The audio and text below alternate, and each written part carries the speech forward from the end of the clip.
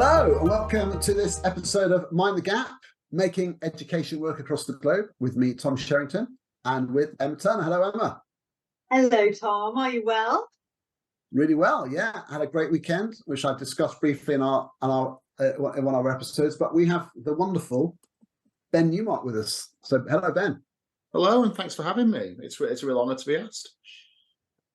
Even our listeners, I'm surprised it's taken us to finally sort of to do this, because you've been on, someone I follow and find so interesting, and it's great to have you. So thank you for coming. I want to start off with asking you about your epic book, Why Teach?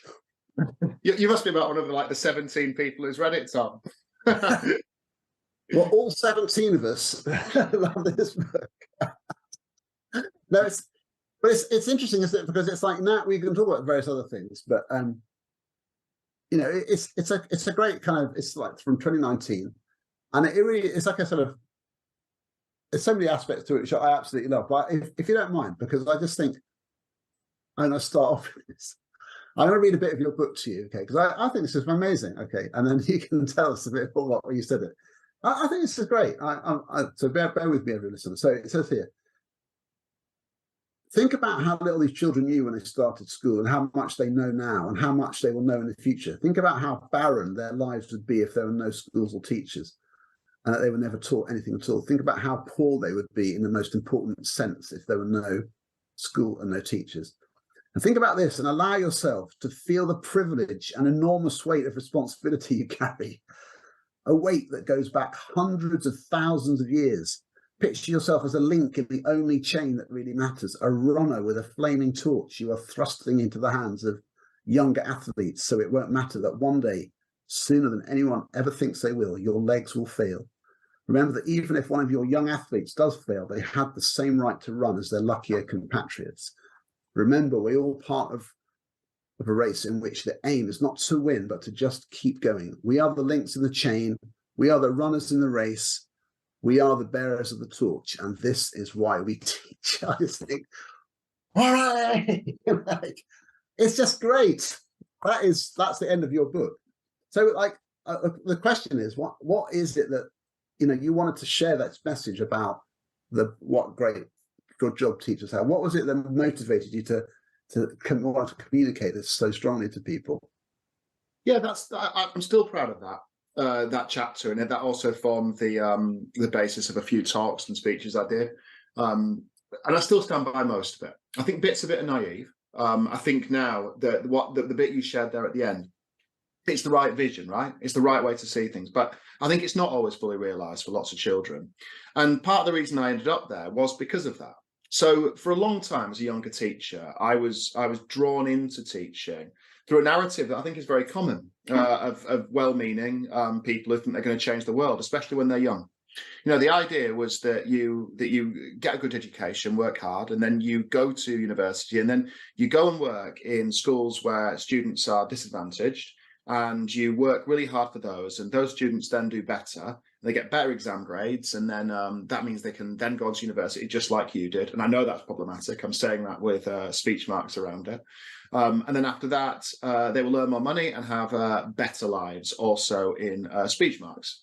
And I think that lots of people think that, especially when they're young, and it's a compelling thing, isn't it? The idea that I'm sort of at the coalface, finding things really difficult, but what I'm really doing is changing things a pupil at a time. Of course, it's enormously problematic. I mean, looking back at that now, the arrogance of my own youth appalls me. The idea that I really believed that I had the right to decide when I first started teaching, 23, what was best for children I knew very little about. The fact that I thought if they emulated the kind of life plan of my life, that would work out better for them. I had no idea about any of those things, and it was enormously presumptuous, and I think the best word is rude for me to have even thought that. But that's not what really got me onto the passage that you read there. I think it was realizing through my daughter, Bessie, who has Williams syndrome and associated learning disability, that the pursuit of getting high grades is inaccessible for many children. It's just not possible. Now, this isn't lower expectations, and this is me saying that I don't think people should go well. And it's not me saying that I don't think every child should strive to learn more, and that it's not the duty of all teachers in the education system to be able to help them do that. But the very way we've set up education systems and examinations in our country precludes the idea that everybody can go to the top. I know it's slightly more nuanced than I'm saying. I know that if an entire cohort improves, well, then the grades can actually improve. But even if they did, it would not change the finite number of elite destinations, would it? So really, if you set out to go and teach people because you think that you're going to change the world through instrumentalist outcomes like exam grades and associated better jobs and better lives, again with speech marks around those phrases, well then you're wrong and misguided. And it suddenly came home to me because I realized that I was responsible, and I loved more than anybody in the world a child who was not going to be able to compete right at the meritocratic top. Well, if that's true, well then what is the point of education? And that did throw me into a bit of an existentialist crisis for a while. I'd built my whole career on this idea that education could be reduced to something reasonably simple, and that we could measure it. And that I suddenly realized that wasn't true. So then education had to have a wider goal, didn't it? It had to be wider. And it can't be that everybody just is happy where they're at and we just affirm everyone as they are and we just bumble along comfortably, because that's an affront to the dignity of everyone. You know, none of us are the finished article, and everyone has got the right to kind of improve and progress. So I turned to philosophy, and you probably know him actually. And I suppose I owe an enormous gratitude of thanks to Bernard Andrews, who is a teacher in Spain, an international teacher, but also happens to have a PhD in philosophy. He's one of those people who'll never tell you that for ages, because he's both incredibly clever and also insufferably modest. So it's like kind of comes out much later. But he sort of introduced me to the idea of education being valuable for its own sake, or certainly that the reward is within itself. And that to me is a much more democratic message. Every child is capable of learning something, and every child's life is enriched by learning something. Of course, they'll learn different things, and they'll learn at different rates, and not everybody will learn as much as everyone else. But everyone's life is enriched by knowing more, from a child with a moderate or severe learning disability who learns to feed themselves for the first time. What an astonishing achievement that is for someone who's worked at that, to someone who does go to Oxford or Cambridge. And then I realised through a lot of help and a lot of patience from people like Bernie, I had found something that carried a bit more water, carried a bit more weight than my old instrumentalist view of things. And I suppose, just like the runners in the race, I've been running with that torch ever since, revising it, changing it. I mean, and I think that, like, we interview lots of different people, and there's a common sense of purpose that people share. But I think there's a contribution you make there, which is articulating things which sometimes feel like people aren't able to say.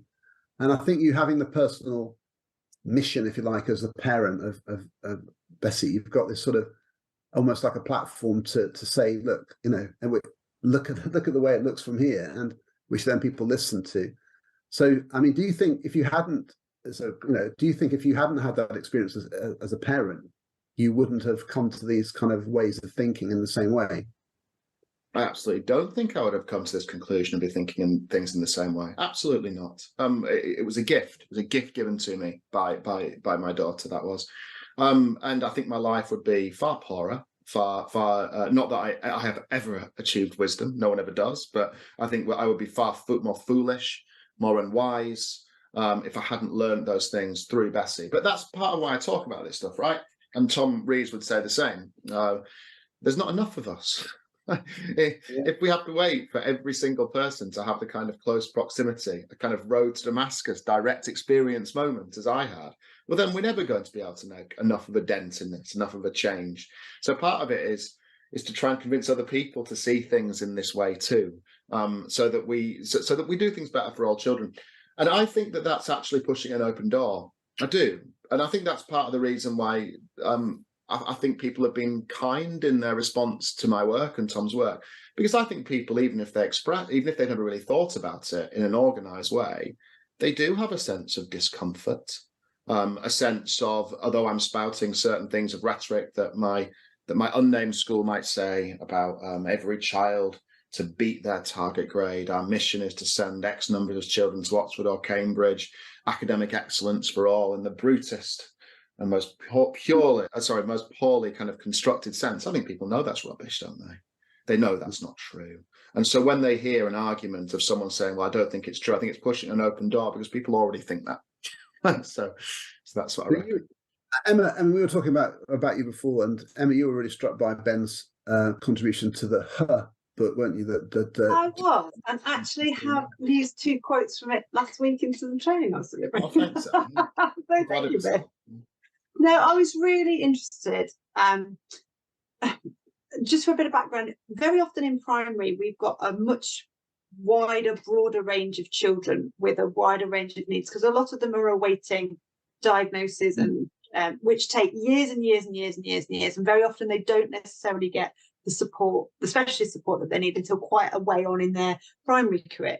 So we have lots and lots of children, potentially more than in a secondary school, because by the time they've got that support in, they've kind of gone and got the provision elsewhere.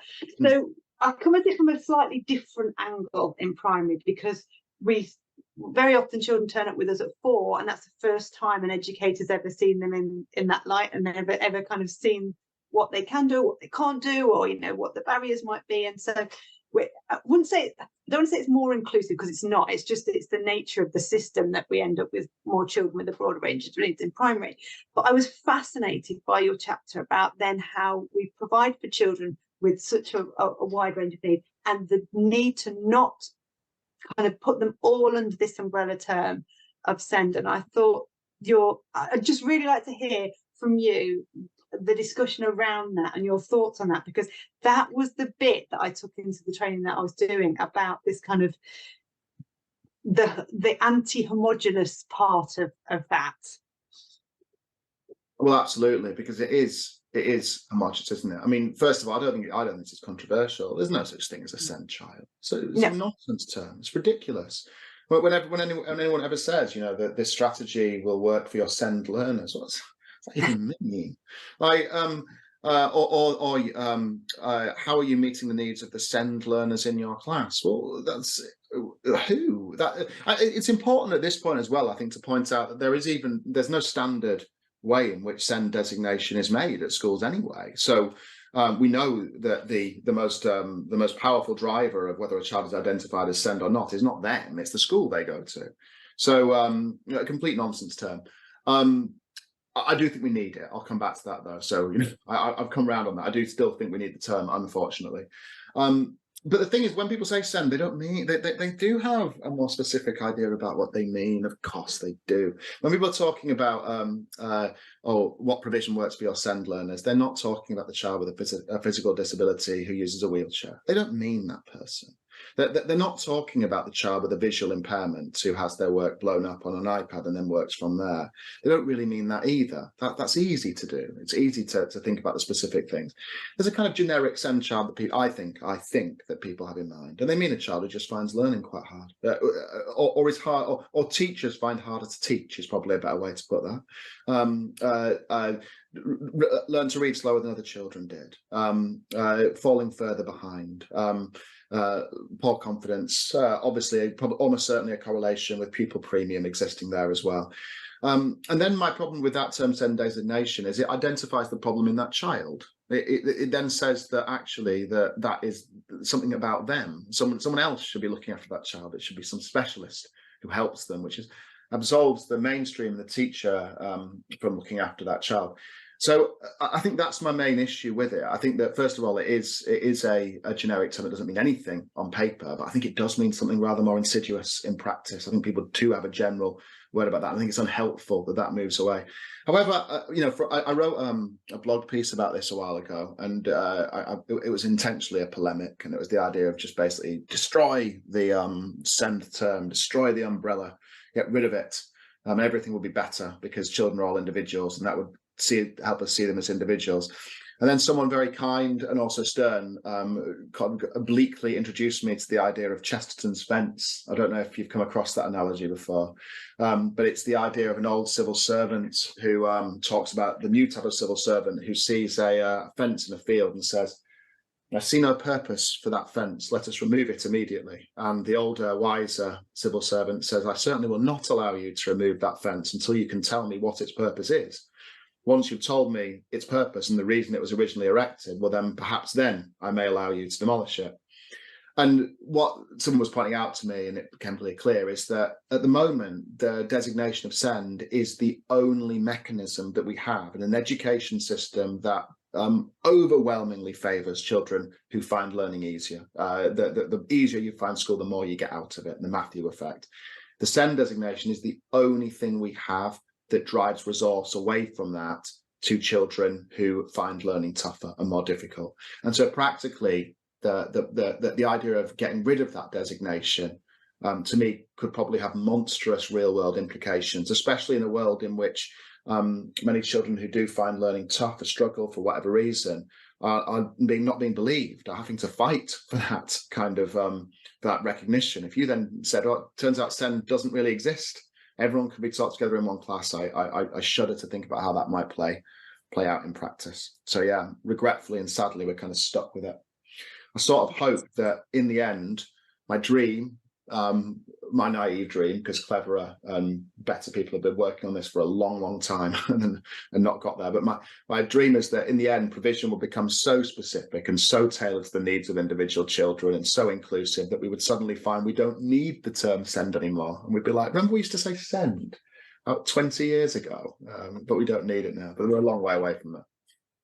Redundant vocabulary, redundant. Yeah, I'd love that. The thing I think is interesting then is like when you come down to the kind of the practicalities of some of these situations. I mean, I was in schools for 30 years and I taught a lot of children with SEND or didn't have, and lots of parents lobbying to have a diagnosis and the long road. I mean, this one of the things that used to wind me up massively was how you couldn't do something with a child until they had a plan or a referral to the education psychologist, and which took ages, and all the emphasis was on diagnosis. And then like 18 months later, when you get the report, and the suggestions in the report would be sort of sometimes so mundane about how to teach the child more effectively. You'd think, do you reckon if we'd all sat down for 20 minutes, just discussed what might be better for this child, we could have realized those things before? And that's not even being facetious. I mean, sometimes it was just what all of that for this, and that's the outcome. It just felt so ludicrous that it could be so. I'm not saying that's true in every case, but I can think of many where we were just astonished by the lack of, like, there was no big reveal of therefore teach them in this way. It was all about just good, inclusive pedagogy, making them feel secure, psychologically safe, treating them the same as having high expectations, but building success. There are all these sorts of things where you think, well, but this is true for everybody, isn't it? So do you feel like we get a bit like lost in the weeds of it all, and it's just fundamentals about teaching which need to be thought about more holistically, so you can weave in more inclusive ways of running a room and that type of thing? Or do you think it's more about more specialist types of provision within a setting? I mean, these are the kind of difficult things to think about, aren't they? Yeah, they are difficult. But I think that you're right. I mean, like, so when I first found out that my daughter had a genetic condition, I was one of those parents who looked at the advice about that was written for parents, and then looked at the footnotes immediately and tried to find every single book that it was possible to find. And I actually got it here. I'll show you. Yeah, so this is what I call like the big blue book, which has basically a huge number of studies specific about Williams syndrome, all collated into this one thing, all scientific papers about learning and health and about lots of things. What you generally find is just what you said, though. I mean, the children with learning disability, genetic conditions, they're not aliens, not a different species.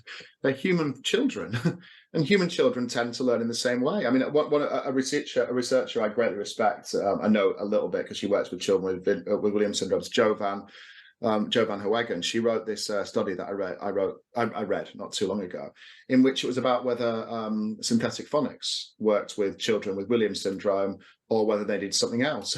This exhaustive study went on and on and on, included with like, it's just more synthetic phonics, right?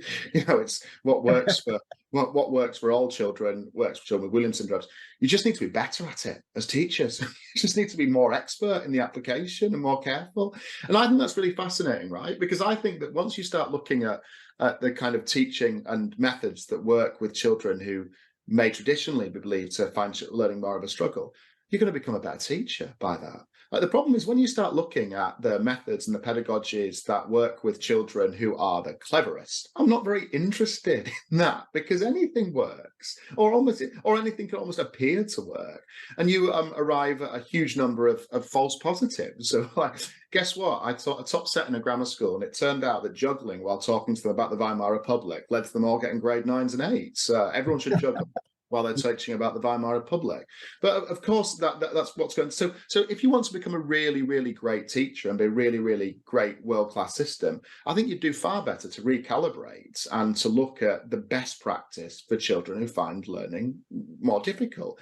And that would be a benefit to all, right? Like the students in the top set of the grammar school would no longer have to endure Mr. Newmark juggling while he speaks about the Weimar Republic, because he would have learned that they were learning despite that rather than because of it. So I've rambled a bit there, but I guess the point is right. It isn't radical different. Sometimes it can look radical different. Simon Knight, who is someone I hugely respect, would be able to talk more knowledgeably than me. Sometimes to an unskilled observer who doesn't know what they're looking at, the principles may look different because you don't really know what you're looking at, right? But once your eye is in, you can see that it's exactly the same principles. It's identifying the starting point. It's breaking the information down into appropriate sizes. It's then about practice. It's I, we, you sequences. That none of this is hugely radical. It's interesting as well, because when you drill down into what actually works for children who find learning more challenging and more difficult, and you teach in a way that supports those children, it's so easy to see that what works for them helps everybody, harms nobody. What helps everyone harms no one. So let's just do what's right and teach in a way that supports everybody, rather than, like you say, the juggling bit. And I was fascinated, kind of linked into this next question I've got for you, about the next comment really, that canary in the coal mine comment that you make in your Send Her chapter was the other thing I mentioned, and I just kind of wanted you to explain what you meant by the canary in the coal mine, because I had a real penny drop moment. I was like, that's it, that's exactly it. He summed it up perfectly there. First of all, I'm horrifically embarrassed, because if I didn't make that clear, that is definitely not my phrase. I didn't coin it. I was using it from... it came to life in the context that you wrote it. It is Nicole Dempsey, who is the inclusion officer and safeguarding and inclusion at Dixon's Trinity or Dixon's Academies Trust, who uses that phrase. And I stole it off her. I'm just checking if you've referenced her. There was a conversation with John Thompson now, but at least I'm on the record of immediately correcting the error. So that was it. Well, I've not heard it before, and the context in which you wrote it, Ben, brought it to life for me. So there you go. Thank you. But that's right. But you are right. Nicole's right. Okay, and let's take a really good example of that, which I was just thinking about before you asked me the question, with GCSE history exam specifications, which unfortunately I know very well. Now, the GCSE history specification is massive. It's way too big. It's just huge. And it means that really the grade boundaries are ridiculously low. And it means that children can largely go into like a crapshoot when they go into the exam, because the curriculum is so wide that how well they do, certainly in the lower grades, is largely a product of luck. Like, did they revise that the night before or didn't they? Which means it tells you very little about students, because you don't know if one knows more history than the other, because it just depends on whether things come up. Now, we might say, oh, well, the poor students who are around at the U and the 1 grade there, like it kind of a 8%, 9% might get them a 1, 10% might get them a 1. How is it possible for them to have any sense of how history joins up and any of the stories or any of the ways it works if they only know 10% of a syllabus across 4 units? Absolutely right. But to use Nicole's phrase, that they're the canaries in the coal mine. Like the student who's getting a 4 also only needs to know about 38 to 45% of that material. So they are also impoverished by this system, which is actually set up in the interest, really, of the very few students who get 9 and 8, who are the only ones who are able to see that full thing. And even then, they're not seeing the full thing because they've had to focus on learning lots and lots and lots of things in a superficial level so they can cover every question if it comes up. If we narrow's a horrible word, I'll get killed for that, won't we? If we made the curriculum more appropriate and we slimmed it down, well, then that would, of course, benefit students who find learning enormous amounts of content difficult, because it would all make a bit more sense. They'd have a better chance of joining up the dots and making that connection. But it would also benefit the students who are the highest flyers too, because they will be able to do more with what they've learned. And I think that's a good example of how that is. I think another one would be, and again, would be Nicole, but when you're watching a classroom and 4 children may be identified as having SEND and having moderate learning difficulty, or whatever nonsense term is applied to them. That term is nonsense. It means absolutely nothing. I did a deep dive into that one as well. And you might think, oh, well, those 3 students are struggling because there's a lot of content being covered in the class, and they're the most visibly struggling because they're finding it hard to concentrate and not doing well on their tests. It's not just those 3 who are struggling, is it? They don't exist as a separate group. They're on a continuum with everybody else. And how likely, if you would do something very facetious and rank those as the 3 students who found the content most difficult in the class, number 4's not all right either, is she? It's not like she's finding it really easy. Number 5 probably isn't very good. Number 6, And so I think that yes, we're just looking at a system that is disadvantaging lots of people. And that to me, I mean, this trumps so well with. I mean, these are some of the things I bang on about constantly when I'm training and talking about teaching all students. Are they all practicing? Are they all speaking? Are they all able to, be asked questions? And you come across this a lot. It's a very entrenched thing. It's probably one of the most common things teachers say to me in all the training I do is, like, if we talk about questioning, they'll say, yeah, but what if they're anxious, and what if they they're afraid to answer? And you say, so what's your answer to that? You can't just say, because you're anxious about them, therefore I'm going to leave them out even more. It's got to be the other way around. You've got to be thinking, okay, they're anxious, I'm anxious about that, so how can I involve them? It's the opposite way around. How can I involve them, which makes them feel secure? And that's how you need to resolve that problem, not by going, oh, I'm just not going to ask them any questions at all in case they feel bad. And I feel like teachers feel really sort of caught in this, like they mean well, they want to do the right thing, but then they end up doing stuff which exacerbates that exclusion. And you have some, I mean, I was saying this earlier, so in our previous episode, Emma and I did a kind of like stuff reporting, and I was talking about the Research Ed conference, which you spoke at on the first weekend of September, and it was my sort of highlight of the day, and I said that on Twitter when it really was. Oh, thanks. And a couple of things that stood out for me, one of which was the quote again from another person about what can we do every day what would we do every day to teach this child if they were ours, because they are. That's the Senko at my daughter's school. Yeah. Amazing. I mean, that's a beautiful thing. But then you have this very practical thing. So you and Tom Rees have come up with these 5 principles of inclusion, and one of them, it starts off with which is brilliant: dignity, not deficit. So that's one of the things we've been talking about. But then this other one, I think, is sort of more practical, is different but not apart, which is really where the inclusion comes in. So, I mean, to me, I was really thinking really hard about that.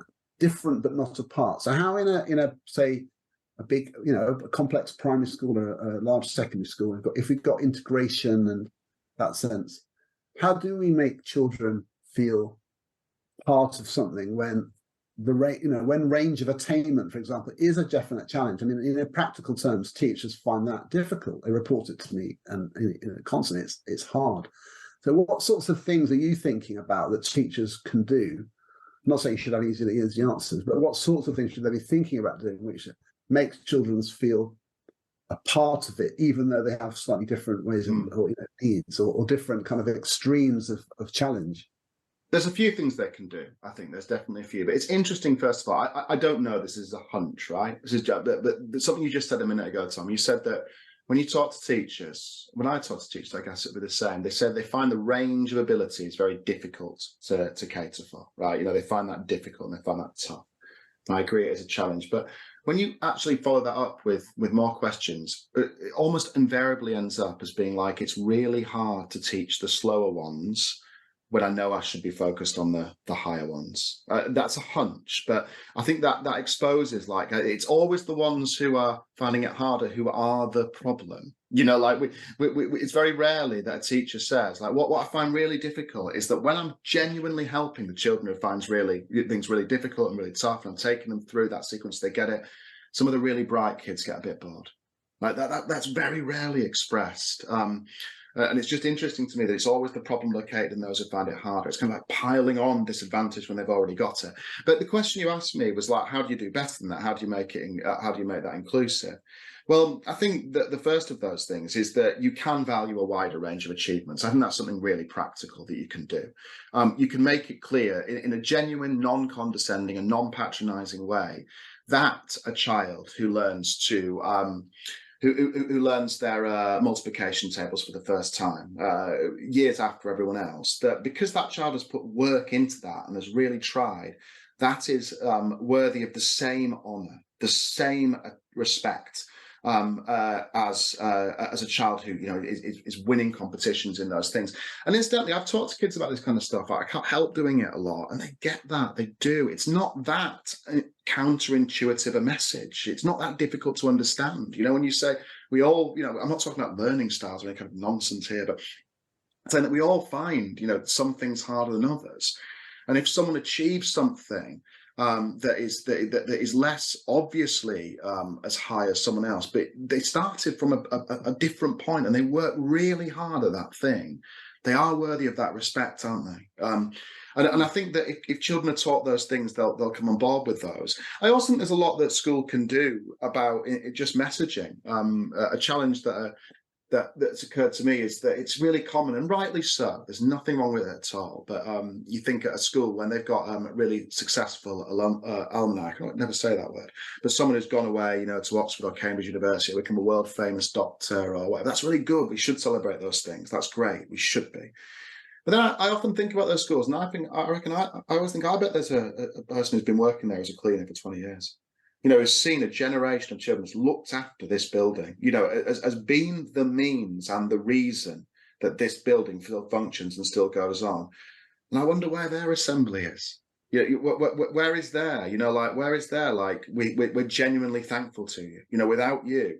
And I don't mean in a condescending and patronizing way, you know, I mean, it's a genuine contribution to this community.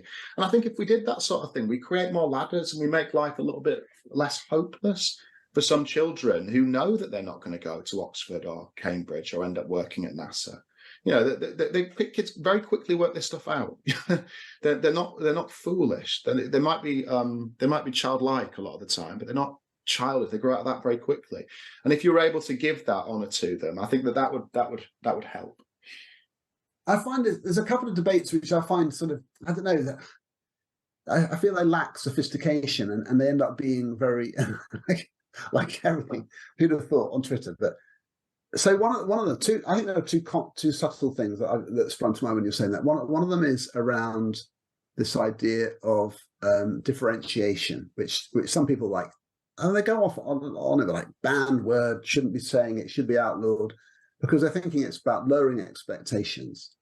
But actually, I cast my mind back to 20 years ago, working in Haringey, where I live now, in a comprehensive school, and watching this English lesson where we had no setting, year 11, watching this fantastic English teacher teaching a mixed ability class, mixed attaining class, as we call it now.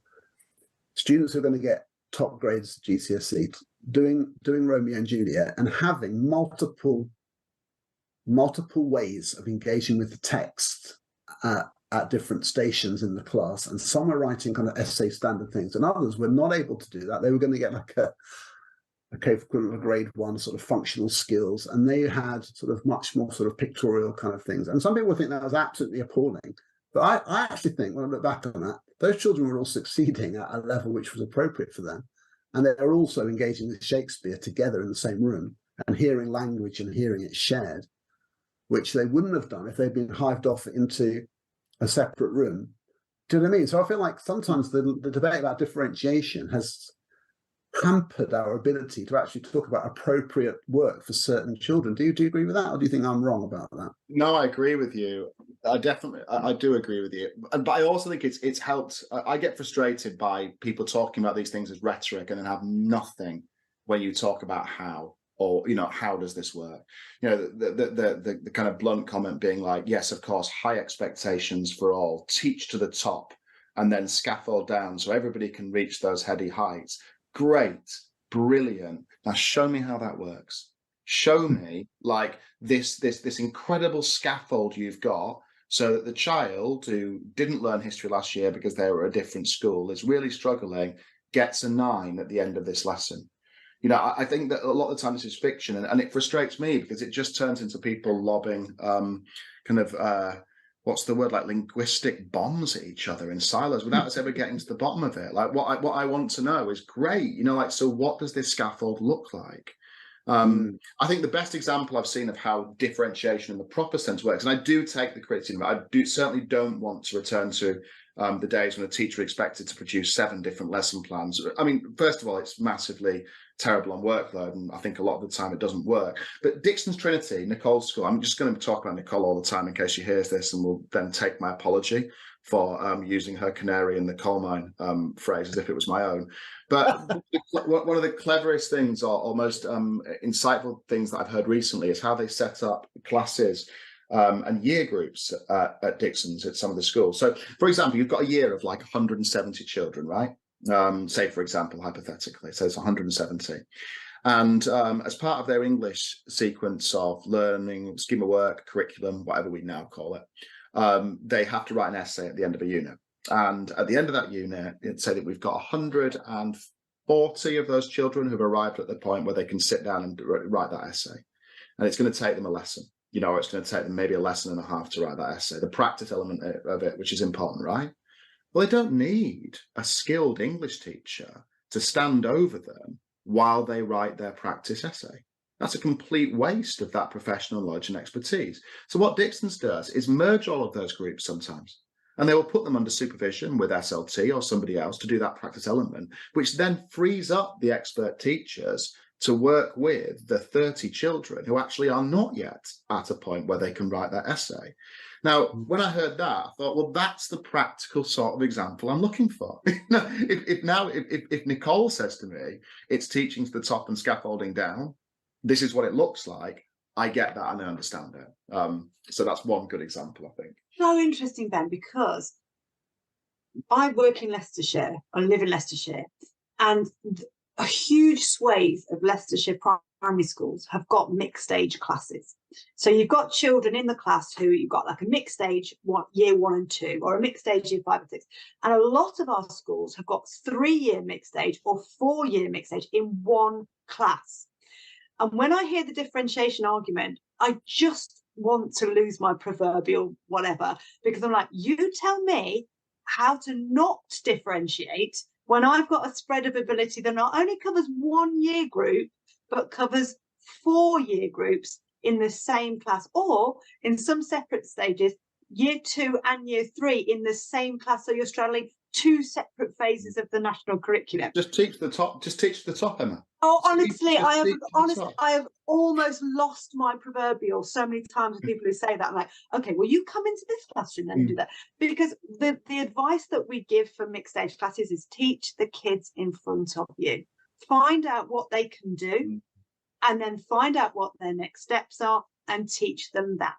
And flex your lesson structures, flex your day. And in primary, we've got the chance to flex the day. We can do half of them doing this and half of them doing that at different times of the day. And so there are multiple solutions. So if you ever want to see differentiation done absolutely beautifully, accurately and well, go and see a primary school that's got mixed age classes, because we have to do it, and we have to do it well. And that's a really good environment for children who potentially find learning more difficult, because there's so many other things going on in the room at the same time, and you can match the children so much more effectively with what they genuinely need, rather than actually, oh well, you're going to do this and you're going to do it. It's so much more flexible, and it's so beautiful, and it's such an underexplored avenue for really good responsive adaptive teaching and proper differentiation. I'm off my soapbox now, I'll get down.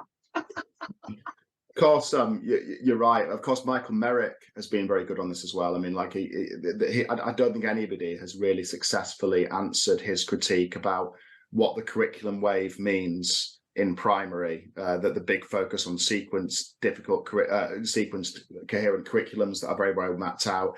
If you're in a small school and you're teaching 4-year groups in 1 year, I think that Michael's asked that question a few times, and it never, as far as I've seen, got a convincing answer about how that works. I know somebody who writes about it, but we won't talk about that. But I think it's interesting. And one of the other things that is in your principles, and it comes through. I mean, if people who haven't read it yet or discovered Ben's blog, one of your recent ones is about Bessie winning her race, and this idea that, you know, winning that race is a profound achievement for her, and it's a significant thing. That's the fact that she can, you know, she's got ways of succeeding, and everybody does.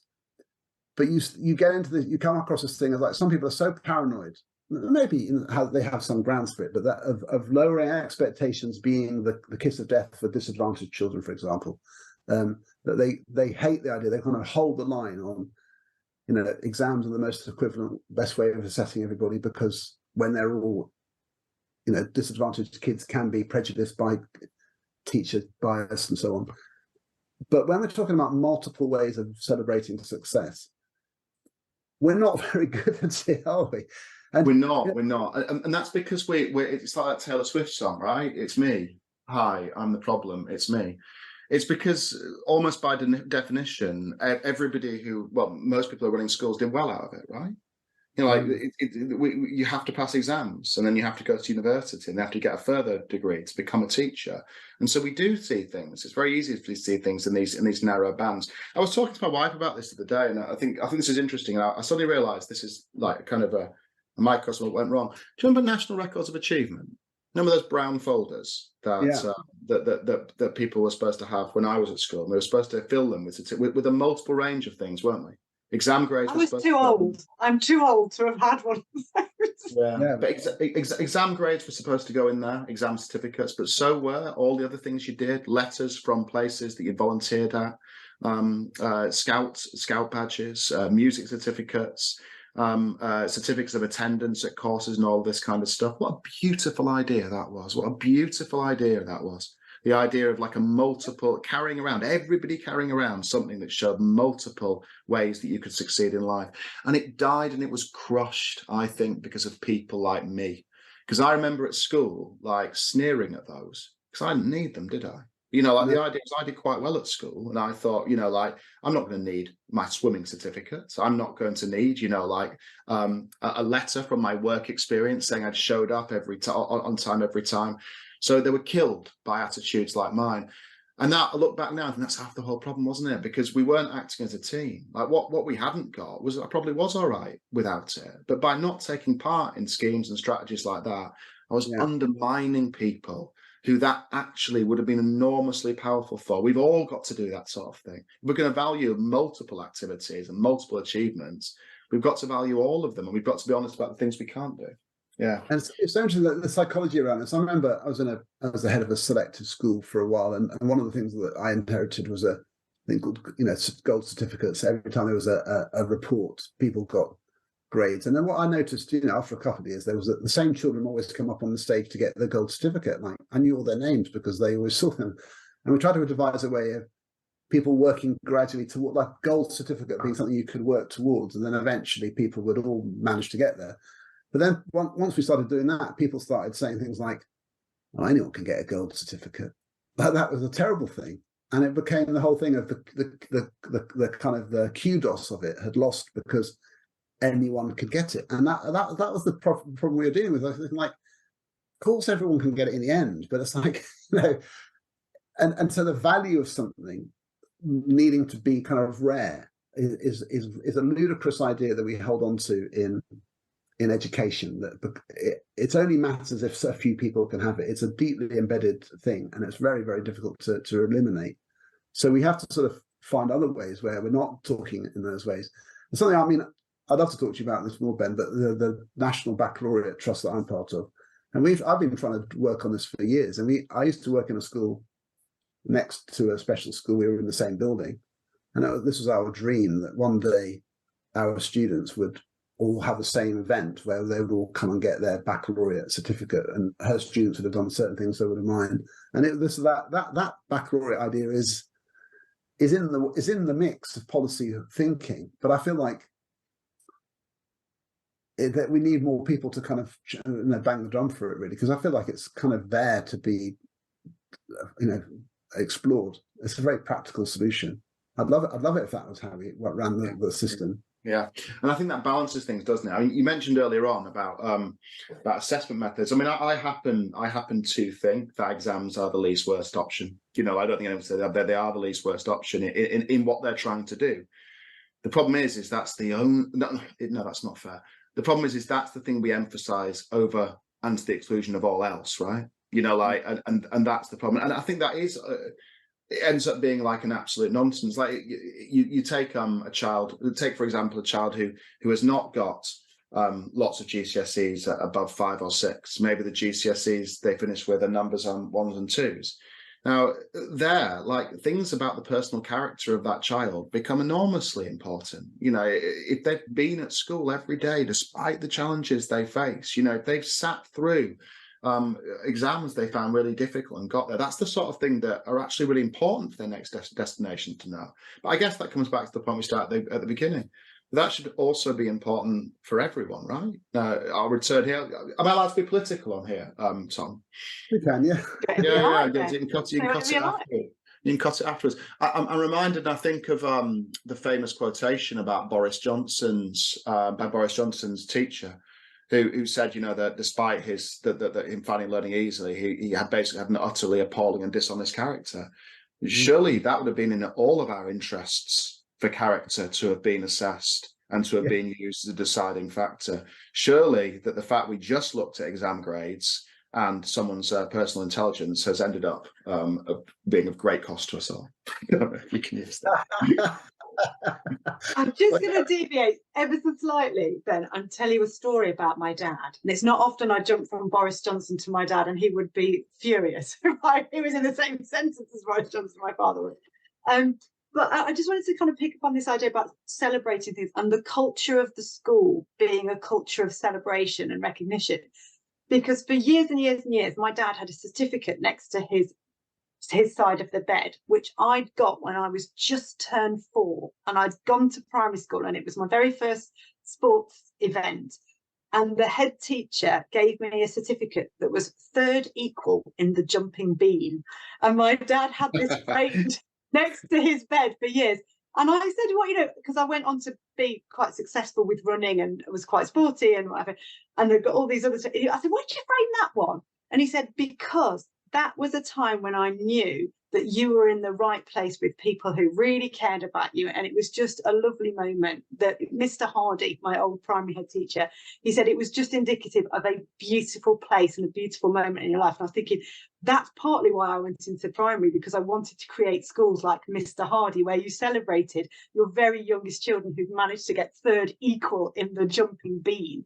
And I was just thinking, wouldn't it be lovely if all schools had that kind of culture where those little tiny milestones, even though they're really tiny, are celebrated and then shared with the families that love those kids? That was my little segue from Boris Johnson to my father. The pinnacle of your achievements. That was like. Yeah. That's going to be on my record of achievement. Is 3rd equal in the jumping bean. My son's first certificate at school was for sitting quietly on the carpet. Were they trying to encourage more of that behaviour, Tom? Exactly. Behaviour for learning technique. Anyway, he came home. He was made up. And we used to joke about this. This is how terrible. We used to joke about the fact that when he was in a football team and he was at primary school and everyone gets these trophies, his was always the one for being like, kind of like good sort of the year kind of thing, rather than for scoring the most goals. But that actually is probably much more important. You know, Well, yeah, fair, and it is right. Yeah, I mean, and that's how I feel like it should be. I mean, like my because these other qualities are important. They're not wooden spoons. I was thinking the other day, my wife plays hockey, and at the end of year hockey awards, so someone won the award for Player of the Year, and I asked Amber, my wife, why she'd won that. And she said, oh, it's because she's acted as like a great mentor for. They've got a lot of young players who've just come in, you know, like the juniors who've just come into the senior team, and she took them under their wing and showed them how all that works and everything else. And I thought that's how it should be, isn't it? Right? You know, like traditionally, you'd say, "Oh, Player of the Year is the player who has been most effective on the pitch." But if you start to look at a wider contribution, well, then there are all sorts of reasons that people can be more effective. And that's just what we need to aim for more in schools. You know, it's not about not having high academic standards. It's just placing them within a context in which they are one of many virtues that human beings can be celebrated for. Well, it's fantastic. And I have to say, I mean, we could talk for longer. I was going to ask you about, our producer is giving us the nod now. It's time to wrap up. But Friday 5, I mean, how do that, the thing you've created every Friday on Twitter, well, most Fridays, hashtag Friday 5. Ben sets the challenge. You've got to come up with 5 songs. I love doing that. I did that. I mean, I've started moving it across to threads actually now, where I'm more often. But that's not time to talk about that. But I suppose the reason I did it, it wasn't any huge strategy on it. But one of my favourite things when I first joined Twitter was watching people who usually disagreed talking about a shared interest in a pleasant way, whether that was gardening or cars or football teams. I used to really enjoy that. I think it was kind of influenced by that hate idea, you know, of riders and elephants. And I thought, I think the reason it took off was I just wanted people to join in on something that wasn't like, like disputed territory. You know, like someone might disagree with you on almost everything to do with education, but you can both like the Bee Gees. Yeah. You can. I mean, you shouldn't, but you can. You know, like, and maybe find some common ground. That to me is someone who's, you know, a passion and interest in the community of teachers. It's not just about the technical stuff. But I just want to say thank you. I mean, it's your work you're doing, the work you do, obviously in your school, but wider, reaching out, the system-wide stuff that you've been doing with Tom Rees, the voice that you've got, and you're using it to shape thinking, and I think it's brilliant. And there's so much to read in your blog, but also through social media. But it's wonderful to have someone like you with your kind of intelligence and the kind of thoughtfulness in the system. And you know, I think you have an influence you might not even realize. People reference those ideas, and it changes the way things are. So thank you so much. Oh, well, thank you for saying that. I don't know. I think I'd say everything I say is like a work in progress. You know, I was actually like, when you started talking about the book, I was like, there's going to be bits of this that you're going to read back that I don't agree with now. That's good, isn't it? Well, so thanks so much. We better wrap it up there, but it's been brilliant talking to you. I knew it'd be great, and it's been a real pleasure. So thank you to Ben. Thank you to Emma. Ben. Thank you for having me. Have a lovely evening. And thank you to everyone listening to Mind the Gap, making education work across the globe. That's what we try to do. And we've had some great guests, and Ben is now there for you to listen to. So enjoy the YouTube version as well. And we'll see you really soon. Thanks, everyone.